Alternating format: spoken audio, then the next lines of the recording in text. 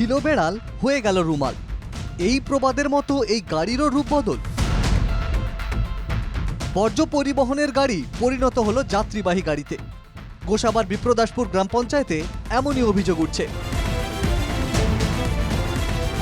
সম্প্রতি এই গাড়িটিকে রাস্তায় পাকড়াও করে বিক্ষোভও দেখিয়েছিলেন বাসিন্দারা। জনসাধারণের সুবিধার্থে গোসাবা ব্লকের বিপ্রদাসপুর গ্রাম পঞ্চায়েতের পক্ষ থেকে এই বর্জ্য পরিবহন গাড়িটি কেনা হয়। অভিযোগ, সেই গাড়ি রাতারাতি হয়ে উঠেছে যাত্রীবাহী গাড়ি। যাতায়াত করছেন স্থানীয় লোকজন। কাঠগড়ায় প্রধানের স্বামী, ওই পঞ্চায়েতেরই সদস্য আক্তার আলী সর্দার নালিশ ঠুকেছে বিডিওর কাছে। আমার চোখের সামনে দেখলাম অবৈধভাবে সরকারি জঞ্জাল ফেলা মোটর টোটো কেটে সেটা প্যাসেঞ্জারি করছে।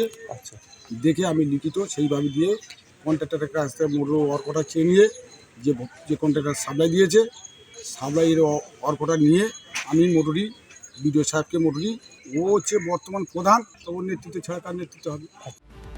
যদিও সমস্ত অভিযোগ অস্বীকার করছেন বিপ্রদাসপুর পঞ্চায়েতের অঞ্চল সভাপতি তথা প্রধানের স্বামী। সম্পূর্ণ অভিযোগ মিথ্যা। কিন্তু আপনার পঞ্চায়েত সদস্য তো অভিযোগটা করেছে বিডিও অফিসে। না, আমার কোনো পঞ্চায়েত সদস্য এরকম কোনো অভিযোগ করেনি। কোন দলের পঞ্চায়েত সদস্য সেটা বলতে পারি। অভিযোগ অস্বীকার করেছেন প্রধানের স্বামী, কিন্তু একটি ভিডিও ঘুরছে হাতে হাতে।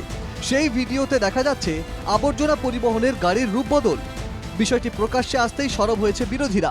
এই রকমভাবে দুর্নীতিতে রন্ধে রন্ধে, তৃণমূল মানেই যে দুর্নীতি এটা তার প্রমাণ করে। সারা গোসা তথা সারা পশ্চিমবঙ্গ জুড়ে দুর্নীতি রন্ধে রন্ধে দুর্নীতি। গোসাবার ভিডিও অভিযোগ খতিয়ে দেখার আশ্বাস দিয়েছেন। গোসাবা থেকে সৌরভ বিশালের রিপোর্ট, NKTV বাংলা।